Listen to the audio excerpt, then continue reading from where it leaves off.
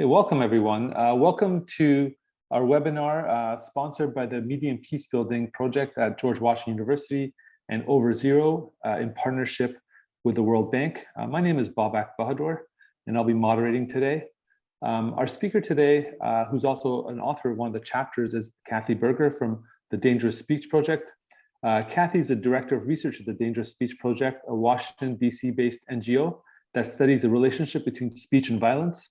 She's a research affiliate of the University of Connecticut's Economic and Social Rights Research Group, managing editor of the Journal of Human Rights, and an editor for the Teaching Human Rights database.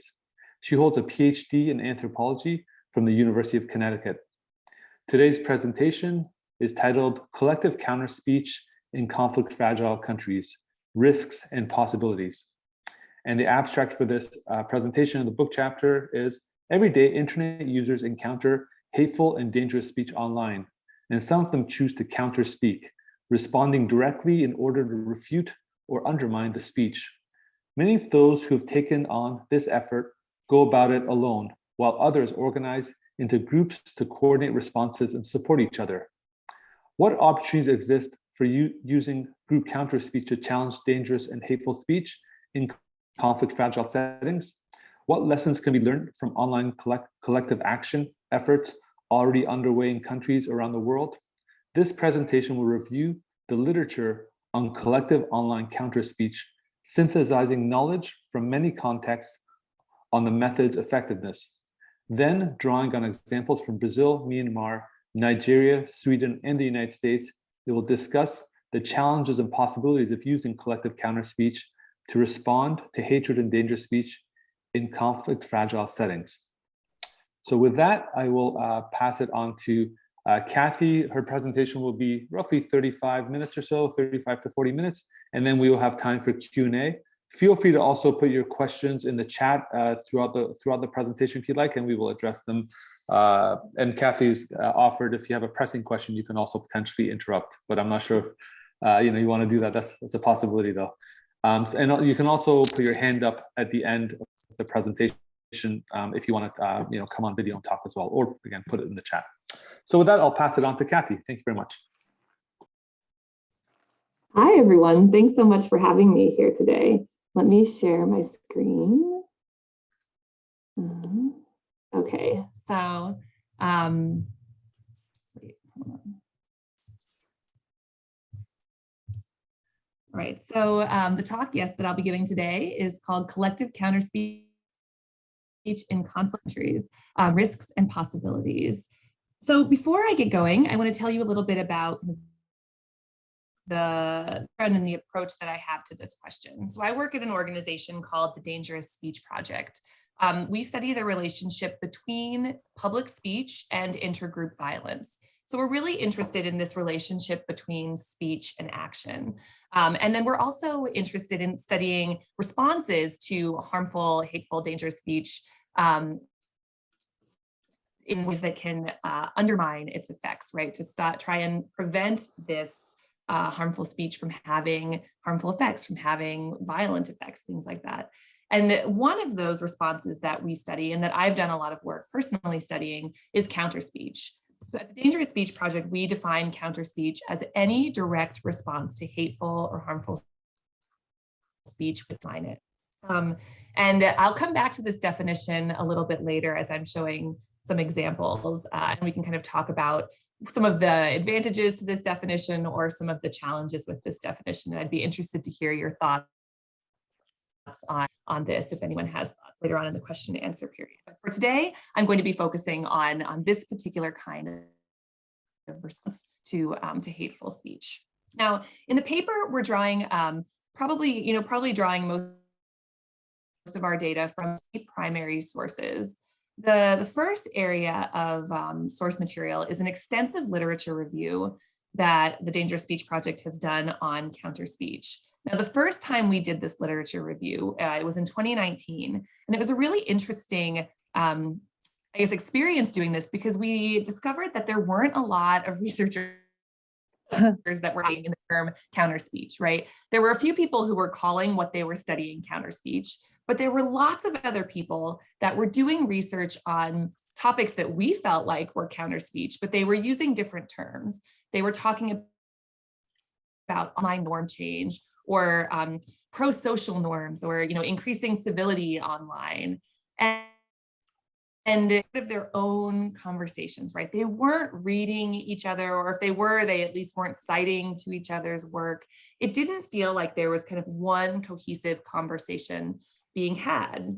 And so one of the things that we tried to do was to bring together this literature from really different fields, and from scholars using different terms, in these different conversations, and put it all together in a way that we felt like was useful in understanding what do we know about the effectiveness of counter speech. Now, when we updated this literature review a few years later, we found that there was a lot more cohesiveness within this field. It felt like there was this kind of field that was starting to form. You had many of the new articles that were being published, and there was a major increase in the number of articles being published. People were citing each other, they were using more similar terminology. It felt like these scholars were kind of coming together to have a conversation. And so this paper and our other work on counter speech at the Dangerous Speech Project draws a lot from this process of bringing together this literature. And the literature review is available on our website if anyone's interested. The second major piece of data that this paper draws from is many years of qualitative research with counter speakers from around the world. I'll start by saying I'm an anthropologist. And so when anytime anyone comes to me with a question about, well, does counter speech work? My first instinct is to say, well, let's go find some counter speakers, right? We answer these questions by observing people and by talking to them. How do we know what to study? How do we know how to think about whether counter speech works if we don't know what counter speakers are trying to do, right? So over the past few years, I've interviewed more than 50 individuals who are involved in counter speech campaigns around the world. And I use this term campaigns very broadly, right? Some of these are very, well-funded, state-funded, glossy PR campaigns.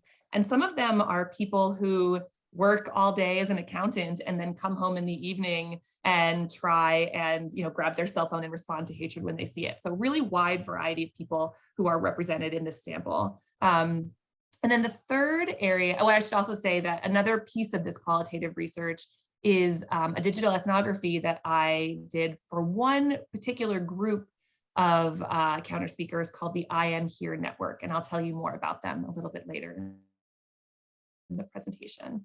Another piece of data comes from the,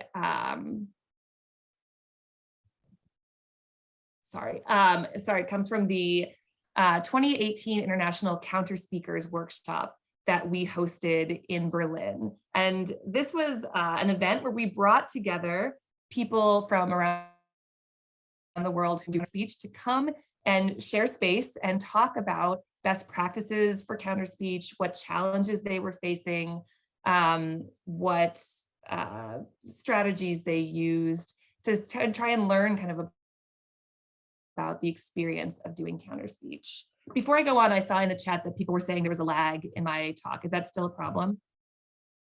Or are we okay? It's coming okay for me, the little bits here and there, but I can hear it okay personally. I'm not sure about others. Okay, I'll continue. I don't really know what to do to fix it either way. So you just keep going, I think. Okay. So let's start off by talking about what we know about counter speech, right? We know from our research with counter speakers that there are lots of different ways of defining effectiveness. It's not just, is counter speech able to change the mind or behavior of the person who has posted hatred? Counter speakers think about effectiveness in a much broader way. They think about, are we able to encourage new counter speakers to join the conversation? Are we able to shift discourse norms or beliefs among people who hold moderate beliefs, who don't really know what to think about an issue? Counter speech can also be showing solidarity with people who are attacked by hateful speech, right? So this is a very broad way of thinking about effectiveness. From the literature, we know that it's very difficult, but not impossible, to change the minds or behavior of people who are posting hatred. As human beings, we are remarkably good at kind of ignoring speech that goes against what we already believe. We're good at finding reasons to think that that is not true, but it's not impossible. And the research shows that there are lots of factors that can help determine whether counterspeech is effective. Things like the tone of counterspeech, the number of counterspeakers, who the counterspeaker is, right? Are they someone who the target audience feels like is like them in some ways, relatable in some way? And I think that a lot of this is very intuitive, right? As people who have communicated most of our lives, this stuff makes sense when we think about just general communication. But there's an increasing number of researchers who are examining the impact of counterspeech on the audience. And this is the research that I find particularly interesting and useful, primarily because when we ask counterspeakers who they are trying to reach, by far the greatest answer, like the answer that they give most frequently is the audience, right? They are not generally trying to change the minds or behavior of the people posting hatred, generally because they know that's very difficult to do and is not always kind of a good use of their time. Most people tell us they're trying to reach the audience. So these studies that are coming out that are trying to measure those effects, I find particularly interesting. And I'll tell you just about two that I find really useful and instructive. I see that they are formatted differently, which is a funny little mistake here. So Miskolci et al. Is a great study done by a team of Slovakian researchers where they tried to measure the impact of counterspeech on anti-Roma speech. So they looked at comment threads that were below newspaper articles that talked about the Roma. And in half of those comment threads, they interjected counterspeech. And in half of them, they did nothing. And then they hand coded the results trying to see kind of what the impact of their interventions was. They found that their interventions did not have kind of a striking measurable impact on the people who were posting the anti-Roma speech, but in the comment threads where they interjected counterspeech, there was more pro-Roma speech below their comments than there was in the comment threads where they did nothing. So there's more pro-Roma speech in the comment threads that also had counterspeech. So we see this piece of evidence suggesting that counterspeech is able to activate more counterspeech. Now, their study didn't really go into kind of the mechanism of that. Like, we didn't know, were these people who already believed that, who didn't feel brave enough to join the conversation, or were they people who had had their minds changed? Their study wasn't looking for that. But this is kind of this first piece of important evidence, right? Another great study to look to is Garland et al. This came out in 2020. Their study focused on two particular groups of online users. One is called Reconquista Germanica, we'll call them RG, and they're an organized hate group, which their goal is to disrupt political discourse online, kind of in the effort of supporting Germany's AfD, Alternatives for Deutschland, which is a very far right group. And then a counter group that organized, that was started by a satirist named Jan Bomerman. One of the people I interviewed from this group said that we could think of him kind of as like a Trevor Noah type figure, right? So he announced online that he was going, or on a television show, that he was going to be starting this group, this counterspeech group, to challenge, or specifically there to challenge the speech of RG. So they're Reconquista Internet, we'll call them RI. At their peaks, RG, the hate speech group, had between 1,500 and 3,000 active members, and RI had 62,000 members, 4,000 of which were probably their active members, right?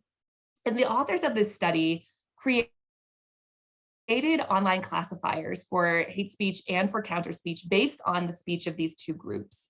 And then they assessed 135,000 fully resolved Twitter conversations between 2013 and 2018. And their goal was to track the proportion of hate speech to counterspeech as it changed when these groups developed, right? So they found that after RI, the counterspeech group started, you see this proportion of speech online really changing from being, for there being a kind of a strong presence of hate speech, to that really the proportion changing where there's much more counterspeech, and that acted as a balancing measure. And so again, here we have a study that's really focused on the larger discourse and the impact of counterspeech on the larger discourse. So it's a really useful study to look at. But I always want to say here that there are important gaps in our knowledge. And this is really where we come in with this study, right? One of the really important gaps that we have identified in at least the peer-reviewed studies on counterspeech is that they mostly take place either in lab settings or in Western democracies, right? They're looking at Europe, they're looking at the United States. They're not looking at the global South, even though we know that the majority of internet users are, in these other like non-represented countries here. So this is a big gap when we think about the way that counterspeech might operate differently in different contexts. So why should we think about counterspeech as a potential solution in fragile and conflict-affected situations? It would be naive to suggest that on its own, counterspeech is a solution to violence, either in fragile and conflict-affected situations or in other places. But the research also suggests that counterspeech could be a useful tool to address online hatred alongside things like good content moderation and peace-building efforts, right? There are studies like I just described that show that counterspeech might be able to inspire other people to come and join a conversation, or that it might be able to shift the discourse at a larger kind of zoomed out level. There's also lots of research on what we have called there are scholars who call it the contagion effect, the way that social norms move online. So these studies suggest that people who are exposed to uncivil comments are more likely to contribute uncivil comments to that comment thread, and that in the same way that those can be contagious online, civil comments are also contagious, right? The more civil comments there are in a comment thread, the more that will kind of inspire that thread to have more civil comments. So there's reason to think that counterspeech, could be useful. It's especially useful when we think about the content that they are responding to. Right. So we know that hateful and dangerous speech is incredibly coded and context dependent and quickly changing, right? The words that people use or the references they're making in this speech changes really rapidly. And a great example of this comes out of Peace Tech Lab's work there on their lexicon that they created in South Sudan. They identified the use of this term MTN as an inflammatory kind of dangerous term. Now, for many of you, you recognize MTN as a telecom company, right? When I lived and worked in Ghana, I had an MTN cell phone. They have customers in 21 countries, and in the vast majority of those places, MTN is just a company. And their motto, everywhere you go, because their service is everywhere you go, is just a motto. But as the researchers at Peace Tech Lab identified, in South Sudan, in a particular period of time, MTN came to be a coded way to refer to the Dinka people, used by non-Dinka people. And it was a way to kind of suggest that the Dinka were invading, right? They were everywhere you go. And in their research, they found this really connected to incidents of violence, as it was a very inflammatory term. Now, this term is incredibly benign in most places, but in one particular context, it has this very dangerous meaning. Social media users understand these kind of hyper-local contexts, and they can also respond in a more agile way than tech companies can. Even if we take kind of the most benevolent look to tech companies and assume that they are trying to adapt as quickly as possible to prevent violence, which I don't think that we should make that assumption. But if we do, people are still able to change, adapt, and move nimbly with their understanding of local context much more easily and effectively than tech companies are able to kind of adjust their algorithms and their content moderation policies. And it usually is people that we see kind of coming in and stepping in to fill these necessary gaps when there is a moment of conflict. So I'm thinking here about the example of Sri Lanka in 2019, where on Easter Sunday, bombs went off at churches in the capital city. And in the middle of this chaos, there were rumors that circulated about what had happened, who was responsible, was there other kind of imminent violence about to happen. one of the rumors circulating, that the water supply had been poisoned.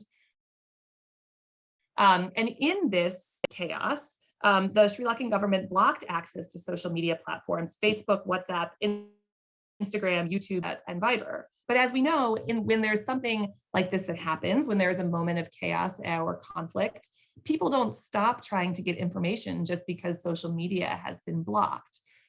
People were still trying to get information and rumors were still circulating. And in this moment, it was a group of volunteer fact checkers that stepped in and tried to sort out what was going on. This group has now kind of formed itself into an actual organization called Watchdog Sri Lanka. But it wasn't tech companies that came in and addressed this speech, it was people. Another reason to think about counterspeech rather than on relying on kind of governments or tech company policy is the lack of adequate classifiers among many of the world's languages. So we know that there are issues with automatic classification in general, right? There's no kind of consensus definition for hateful speech. Dangerous speech is very coded and context dependent. It's hard to kind of make automatic classifiers that can do this well. But even if we're looking at this as a really good solution, these classifiers are not kind of evenly distributed around the world. Facebook is reported to have developed automatic hate speech detectors in more than 40 languages. But that's really just a small piece of the over 5,000 written languages in the world. It's even a small fraction of the 111 languages that Facebook officially supports, right? So that means the languages that they have menus or prompts written in. Now, when you don't have these, so as many activists have pointed out, languages that are recognizable by classifiers are not equally distributed in the world. Many languages in the global south are not represented by this. So it means there isn't enough data to create classifiers, and they're considered kind of resource poor is the term here. Chinmay Arun has noted that people living in the global south often find themselves at the losing end of AI like this, excluded from the design of technology and oppressed by data extracted from them without data privacy protections in place, and they're left out of kind of these so often touted benefits of automation. So we have, a lack of ability to do automatic content moderation in places without that are resource poor, and that would mean that tech companies have to fall back on human detection. Now, most of these companies have relatively large staffs, but even among the 15,000 people that work at Facebook, they only collectively speak about 50 languages, which means if there is speech that needs to be reviewed outside of those languages, they have to hire translators. Now, all of this can be done, but again, it's one step that slows things down when we know how quickly conflicts can escalate and how quickly rumors can spread and move into violence. So again, Counterspeak, working in the relevant languages that understand the context, are able to really nimbly shift their interventions in a way that tech companies cannot. But there are challenges, right? We should acknowledge this. Counterspeech is not this kind of perfect solution. In our interviews with counterspeakers, they talk to us about how difficult this work is.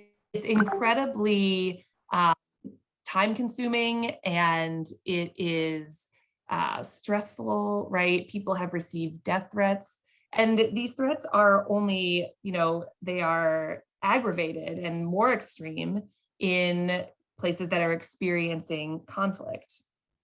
So if you are, for example, a counterspeaker that is working under an authoritarian regime, your speech could put you at risk of government reprisals, such as imprisonment or assassination. If you are working in the middle of a conflict, the threats that people that counterspeakers often receive online might have an even greater chance of being taken out in a violent manner, right? So these threats need to be studied in a way that is more robust, and we need to really kind of see what those are. Now, even though part of the argument of my paper is making this case for more research in fragile and conflict affected situations, I think we can look at the research that we've already done at the Dangerous Speech Project and identify some of the strategies that counterspeakers use to mitigate some of these threats. So I'm going to share kind of two primary strategies in this paper, in this talk, I should say today, just two examples, and we'll see what you think. So one of those examples is looking at counterspeaking as a group, and the other strategy is by using indirect counterspeech.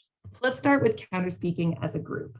So the example that I'll use here is from I Am Here International. This is the network of counterspeakers that I have been doing a lot of in-depth study with, including kind of observation, ethnographic observation, and interviews. This group started in 2016 by a woman named Mina Dennert, who was an Iranian-born Swedish journalist. And when she started doing her counterspeech, she felt like she had seen this real increase in xenophobic speech online in Sweden. She had always, was aware of xenophobia, but she felt like in 2015 and 2016, it was a little different because she started seeing it being posted by people she thought of as, quote, good people. She started trying to respond to it, but felt either like her speech wasn't having the impact that she wanted it to, or sometimes the hatred would be kind of turned against her. She didn't want to give up, so she invited her friends into a closed Facebook group, and they started organizing their counterspeech. So they would choose a comment thread that they felt like had hateful speech in it, and they would all go into that comment thread together and write counterspeech. And here's the trick. They would also like each other's comments. Now, on public Facebook pages, things like newspaper Facebook pages, comments are ranked in order of engagement, not in chronological order. And so the comments that had the most likes or replies went to the top. And ideally, the comments that have the fewest sink to the bottom. This is their strategy, right? They started having some success, and their group really took off. The Swedish group now has over 70,000 people in it. There are over 150,000 members distributed across 16 countries in these various kind of country level groups. The way the network is organized is each kind of country has its own group. So let me show you an example here so you can kind of get a better idea of what I mean by how this model works. This is an article that the Canadian group, I Am Here Canada, took on as an action post, that's what they call it, several years ago. The article was about a girl who died by suicide after being bullied at school. So this was the article that you see. There are, I don't know if you can see it here, but there are over 300 comments. Now, most of us, if we would see this pop up on our Facebook page, we would not kind of open that comment thread and read all of the comments. We might read a few comments at the top of the thread. Now, if the comments were sorted in chronological order, or these are the comments that were posted first that drew the attention I Am Here to this article. I'll let you read these.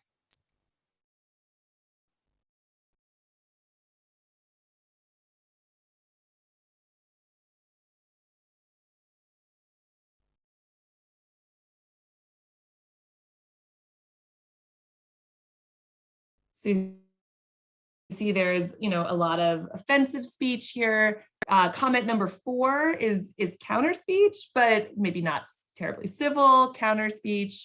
So this is the kind of thing that would draw the attention of I Am Here. Now, after I Am Here had been able to work on this article for it, now the comments are in this picture sorted by relevance, right? This is what the comment thread looked like. Starting off here, my deepest condolences to the friends and family of Amal. I cannot imagine the sorrow this family is experiencing at the loss of her bright spirit. Rest in peace, little one. Hashtag I Am Here Canada. Second one, I am Canadian, I'm 72, and I was bullied in school. And yes, they talk it. Wear shirts that say stop bullying, but it still goes on and I can still feel the pain. And then another long comment from I Am Here Canada. Sometimes the groups use this hashtag to identify their comments. Sometimes people don't. The group members also try and like other positive comments or other counterspeech comments as a way to uplift those comments in the comment thread. So as you can see from these two comment threads in comparison, one gets a really different perception about kind of what the public response to that article is if you read the first one versus if you read the second one. This is their goal, right? Thinking that most people would only maximum read a few comments. They want those comments to be this kind of comment, not the ones that you saw in the first comment thread. Now, in addition to working as a group, helping counterspeakers be more effective in their counterspeech, it also provides a level of support and protection. In my interviews with I Am Here members, so many of them talked about the way that they felt like being part of a group helped them, present themselves more strongly or more bravely. One person talked about putting the hashtag on as being like putting on armor when they were going into these conflicts. Here's what one person said. The effort of many is directed and collected. You can get support, even if there are people,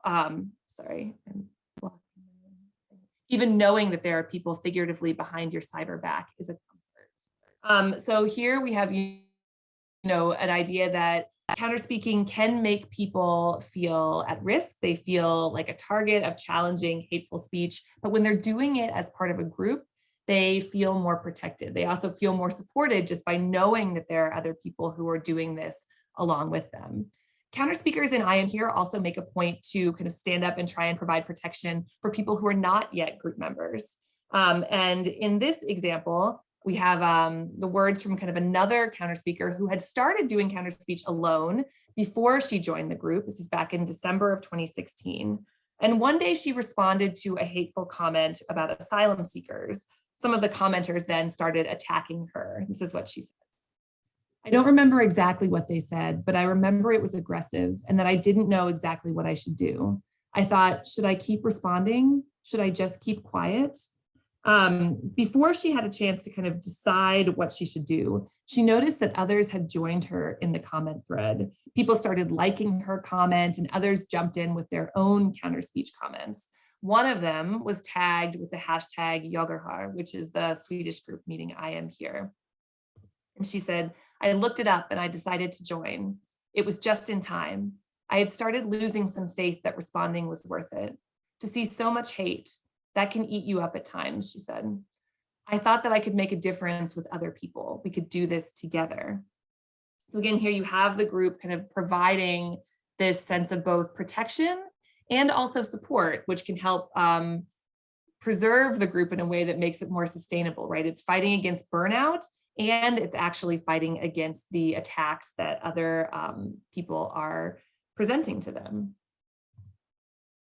So another strategy to deal with some of the risks of counterspeech is responding indirectly.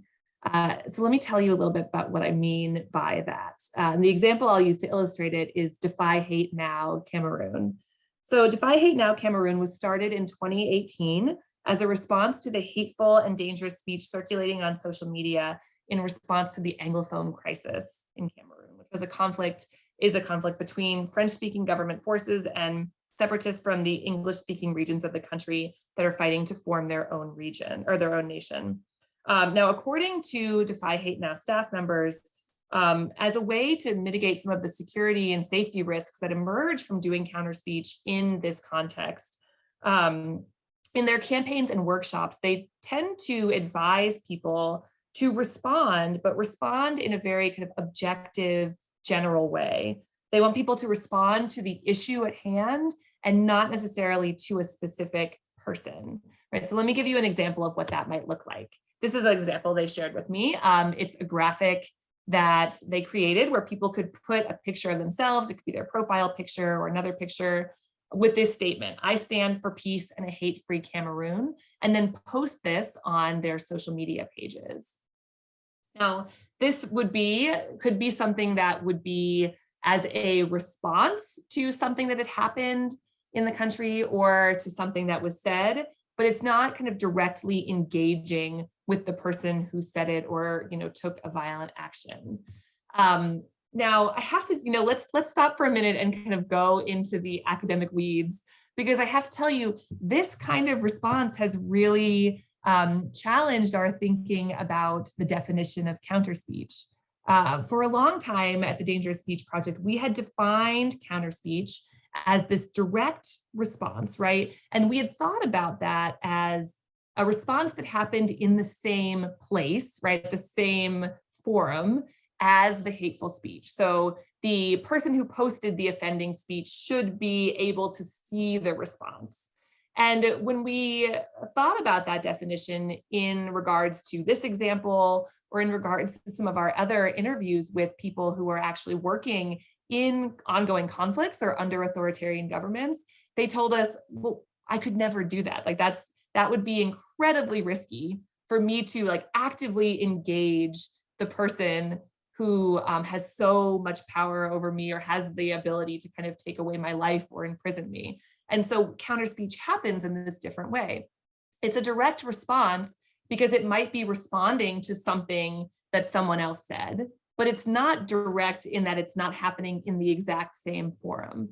I'd be really interested in hearing anyone's thoughts on this kind of definitional question later on in the question and answer. And I want to give you another example so you can also see kind of where this is coming from. So this example came actually out of our counter speakers workshop, where many of the counter speakers who were there were talking about death threats that they received and these real kind of stressors that they have to deal with as public figures, as counter speakers. And we had one counter speaker who's from the Middle East who had kind of been was openly being watched by the Saudi government, let's say. And he stopped us and said, this isn't the same thing, right? The threats that I face are just different than the threats that you face as a counter speaker in the United States or in Europe. And he shared this example as some of his counter speech, right? He says, this was a response to something that was said by a supporter of the group that took this action. And the response was shoot first and then call whatever you hit Al-Qaeda, Arab tyrant manual, right? So this was counter speech in that it was responding specifically to something that was said and done, but it wasn't tagging that person. It wasn't like retweeting it wasn't kind of directly calling that person into this, this confrontational moment online. So this is kind of another strategy that people use. Obviously, he's not hiding, he's still in public criticizing. And if you were living in this context, you would understand these two things as linked, but it does pose challenges to researchers who aren't living in the context where we might not clearly identify this if we just saw this floating around, not connected to the thing it's responding to. We might not clearly identify it as counter speech. We might see it more as counter narrative or something like that. So it raises interesting questions for researchers, I think. All right, so I'm going to end here just with a few takeaway points. Some of the things that have kind of come out of our thinking about counter speech in fragile and conflict affected situations is that we really need to have more robust research on counter speech in these settings. How does context impact the form, the tone, other aspects of counter speech? Are we even able to identify it? Are we seeing it? As this last example kind of illustrated. What risks exist? How do counter speakers mitigate those risks? What risks do they face in counter speaking in these situations? There's, like I said, an increase in attention from researchers and also from civil society and from tech companies in promoting counter speech. But if we're going to promote it, we should truly understand what the risks are that people might face when they do this work. The other major takeaway, I think, is to continue working to bridge the gap between scholarship and practice. We know that there are lots of really useful intervention evaluation reports out there, groups that are actually doing counter speech in a variety of contexts, right? And they might not be getting cited in peer-reviewed work, but that doesn't mean that they're not there and they're not useful, and they're a great place to start in answering some of these other questions that I mentioned above. So finding a way to bring these two often disconnected worlds together. So I will stop there and take questions. Thank you very much. Thank you very much, Cathy, for that presentation. So are there any questions? And feel free to put it in the chat or speak out loud. I think there's a comment here.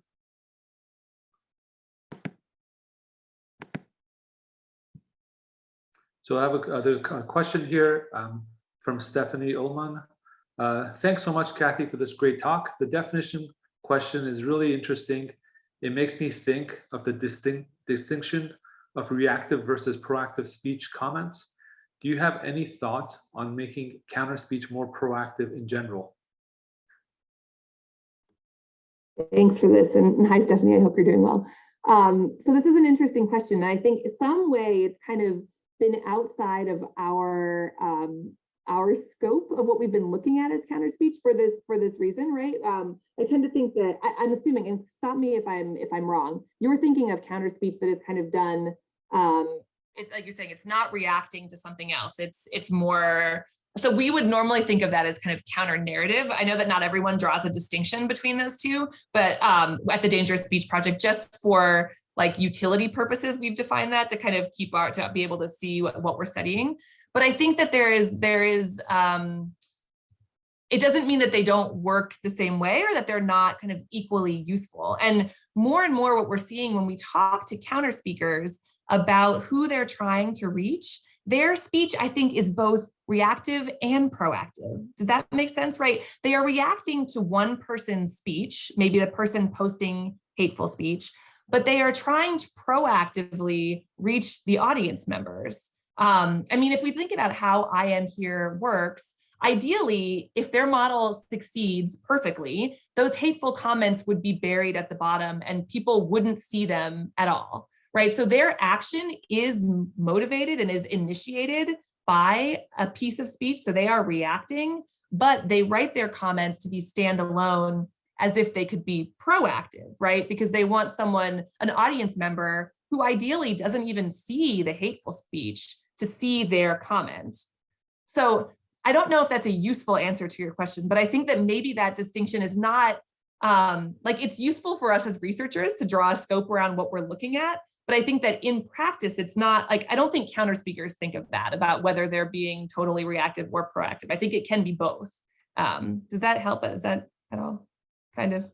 Thank you. Oh, I can't hear you, I'm sorry.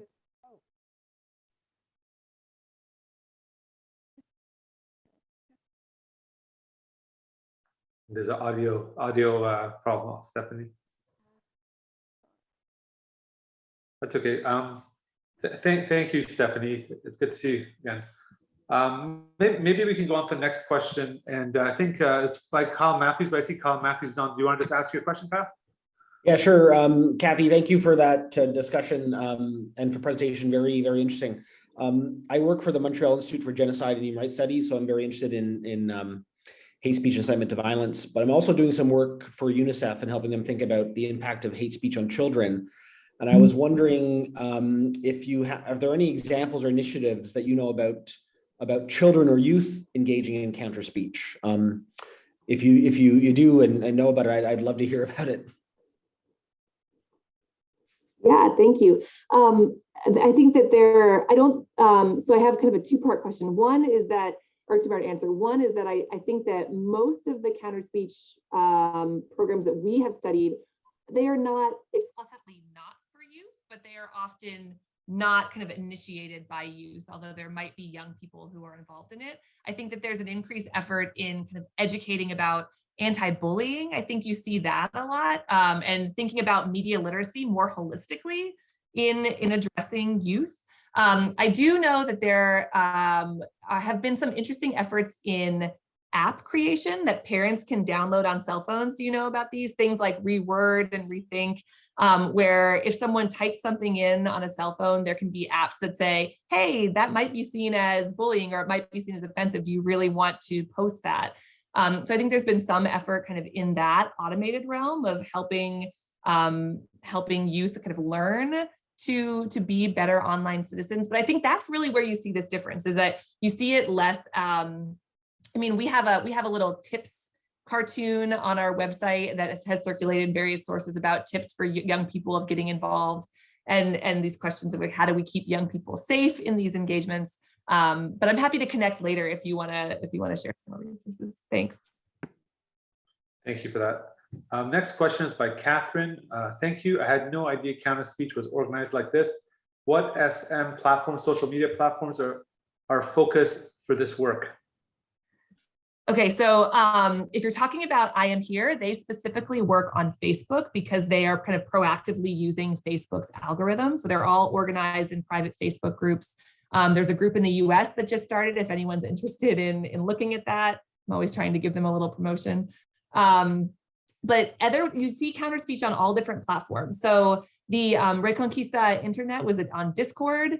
You see different efforts on Twitter. Twitter works a little differently. It's harder to kind of have these groups that work together, but although you do have accounts like Yes, You're Racist, which has 300,000 plus followers. He's not as active anymore as he used to be, but his followers would kind of get actively involved in the effort of calling out racism online. Racism Watchdog does this online all the time, right? So you see it on lots of different social media platforms, but the platform architecture means that those responses work a little bit differently depending on where they're focused. Thank you. Next question is by Talita. Thank you, Cathy. What's your take on organizations that are using advertising techniques and algorithms to promote counterspeech? Do you think this approach is effective or ethical? This is interesting, right? I don't know as much about the advertising techniques, and I'd love to hear more about what you mean there. But this idea of promoting counterspeech, of making it more visible than other speech, is really interesting. I know it's something that people at various tech companies are thinking about because I think, and like there's always thought that goes into kind of what we as social media users see, right? This isn't kind of organically emerging. It's not just by chronology. Social media companies decide through their algorithms what we see and what we don't see. And if counterspeech could be made more visible in a way, is it possible that other people would be more likely to join in on that counterspeech? Yeah, I think that that's possible. The question of whether it would work effectively, I don't know, right? I mean, the few conversations that I've had with people working on automated counterspeech, and Stephanie, this is your point to jump in, right? This is your area of expertise more than mine. But the idea that you could create a good kind of automated counterspeech bot or an algorithm that can accurately identify counterspeech, I'm not sure if we're there yet. I know that there have been some studies that have been able to do that in smaller samples, right? But I don't know. I don't think it's any less ethical than any other kind of social media algorithms that are already there. But the effectiveness question is where I'm kind of stuck. Can I just clarify what I meant by the advertising technique? So basically what they do is they use open source advertising algorithms, and they basically sort of like change it or tweak it to basically promote rather than advertising different types of counter speech, but different also educational messages and things like that. And so basically they're using like the surveillance capitalism kind of like approach, but for a good reason. But in doing so, they're still gathering like user data, and they're still like micro-targeting people. So that's why I asked whether you think that this is ethical. But yeah, it's an interesting approach, and I'm still kind of like deciding where I stand on this. Yeah, I would love to learn more about that. Maybe we can connect over email later. I'd love to hear more. Thank you. And we have a question from Bernie. Hi, thank you so much, Babak. Yes, thank you, Cathy, for your presentation. It was very insightful. What I do notice, though, is for counterspeech has been around for a very long time, in that Malcolm X has used it, Martin Luther King has used it, Muhammad Ali has used it. In a lot of ways, especially in the Black community in particular, especially if the counterspeech was against white supremacy racism, it ended up in death, as well as other forms of violence, which has historically been shown.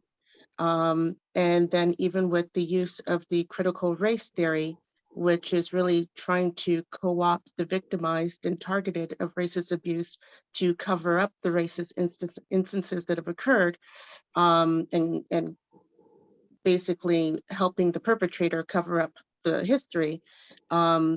It's one of the unfortunate risks that that occurs as a result.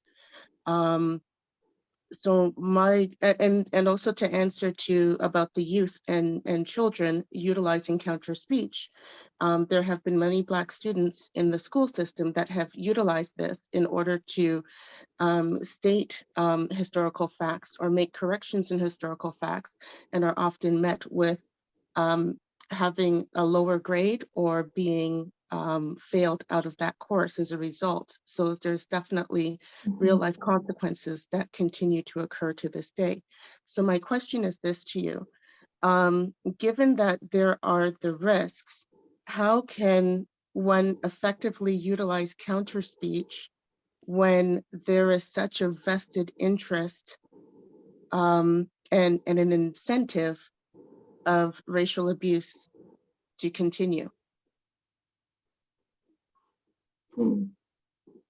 Yeah, it's a very important question. I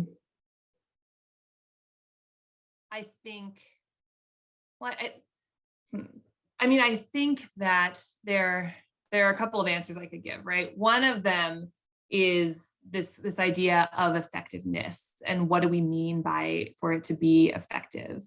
And it's not a full answer, right? It's not a perfect solution, right? But thinking about what does counter speech do and who are you trying to reach with it? Obviously, there are going to be risks when people counter speak and actually try and challenge really awful structures of power in the world. That is going to be something, as you very, very well, like you identified very well in your comment, that this is something that's not new and those risks are present.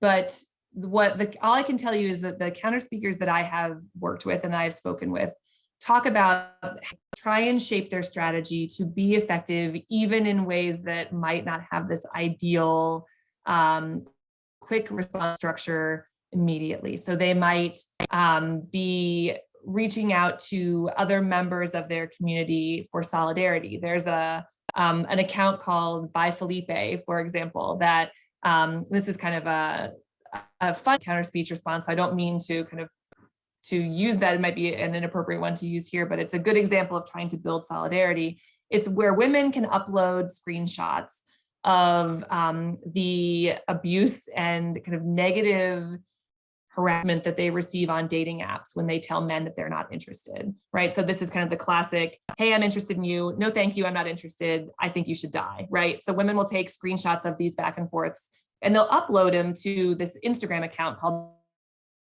By Felipe. Now, this counter speech is not at all in conversation with the men who are posting this abuse. The purpose of it is to be in solidarity with each other and to publicize the fact that women, but it's really for the women to come together and share that experience with each other. This would give harassment than if they were trying to kind of directly challenge those men that posted that. Now, that's not a perfect answer to your question, but I think that there are lots of different ways to think about effectiveness. But I think understanding those risks and being really upfront about the risks and not trying to talk about, I think counter speech can sometimes be discussed by tech companies as this like a warm, happy solution where we can have free speech and we don't have to have censorship. And it's wonderful. We can like fix all the problems without having to have any of these negative consequences. And I think that's really dangerous. And we need to be upfront about the risks that people face, and we need to study those and kind of understand what those risks are. Thank you so much for answering the question. I just wanted to add that, I mean, there has been a lot of solidarity movements that have been put together, and I don't think that anyone is looking for a perfect answer.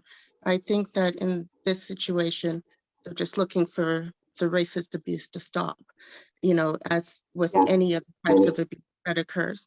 So thank you. Thank you, Bernie. We have two more questions. Let's see if we can get these in. We have about 5 minutes left. So next one is by Katrina. Thank you for this very stimulating talk. Is there any research on whether counter speech or counter narratives follow specific patterns or strategies? I don't think that there's kind of a comprehensive study that I have found that says kind of this is always what counterspeech looks like, these specific patterns or strategies. What we've really found from our survey of counterspeech efforts around the world is that there are so many different strategies, right? Some of them really take this kind of humorous approach. Some of them focus on fact checking. Some of them focusing on naming and shaming or punishment. And they do this in different ways and while they're addressing different speech. I think what we're really starting to learn by looking at this work is that it's really, there are some patterns that emerge about the kinds of strategies used as they relate to the specific goals that those counter speakers are trying to address, right? So are counter speakers trying to make something and make everyone aware that this is happening? If they're trying to kind of like bring attention to that, then we see things like amplification. So retweeting bad content, not trying to make it smaller, trying to make it bigger, using humor, the kinds of things that make content go viral. That if people are trying to reach the speaker, if they're really trying to change the mind of the person posting bad content, making fun of them is not a good strategy. Trying to be more civil and having these longer term conversations is more effective. So I think that's what's kind of coming out of looking at the research as a whole and looking at our research, but there hasn't been kind of one study that's brought all of this together yet, no. Thank you. And one last question. Cathy, super interesting, thanks. Well, I want to know if you think that counter speech can generate a prior censorship effect in the long term. Clarification on the prior censorship effects? Yeah. Do you need more clarification on that? Maybe Camila's there. Camila's there. Can you help, Camila? You can add further. Camila, are you there? Well, okay, I don't know if she's there or not, but do you want to take a crack at that? I'm not sure what she means by that. But sure. So I think, the way when I think about counter speech and censorship, what I think about it, maybe prior censorship, possibly of like people counter speech. Maybe I think that what counter speech can do is maybe shift discourse norms and make those norms more clear, right? There's some research that suggests that when people kind of understand what the discourse norms are in a particular space, they're more likely to abide by those discourse norms. That's it seems obvious, right? And that if counter speech can kind of come in and say, this is not an okay way to talk to each other, this is offensive or this is inaccurate, that other people might feel safer to join that conversation, knowing what the discourse norms are in that space. That's really what we're talking about here, right? Counter speech is a way to shape discourse norms. And so is prior censorship the idea of you are changing your speech to conform to those discourse norms before you enter that? Speech could have that effect. It also depends on what we mean by counter speech, right? Are we encouraging civil, or is this counter speech of kind of threatening to dox someone? Because that could certainly affect someone's behavior as well, in a very different way. So I think it does have that potential. Just to follow up on that, I was going to ask, are you seeing, with platforms increasing their use of various, policies to prevent hateful speech, are you seeing the work of groups like I Am Here changing in any way as a result of that? Of I Am Here changing because of the policies, or the policies changing because of the counter speech? I think because of the policies potentially affecting the kind of speech that's going to be on platforms now, do you see any difference, or do the groups like I Am Here see any difference in what they're seeing and how they're maybe dealing with it? No, I think that at least in my conversations with counter speakers, I don't think they think that they have not expressed a lot of confidence in tech company policies being enforced in an even or consistent way, and that there's often lots of content that is not, that they would think violated policies that is not addressed. We do have some examples where counter speaking groups or counter speakers have formed these kind of trusted partners. They can be trusted reporters and report content more easily, officially, but they still, it's still not, they still have their problems with tech companies. Well, thank you very much, Cathy. I think our time has come to an end. So thank you to you. Thanks for all the questions and all the discussion. I think it was really fruitful very interesting for everyone who participated. Just a reminder, we have a few more seminars coming up till the end of April. We have, I believe, 3 more coming up.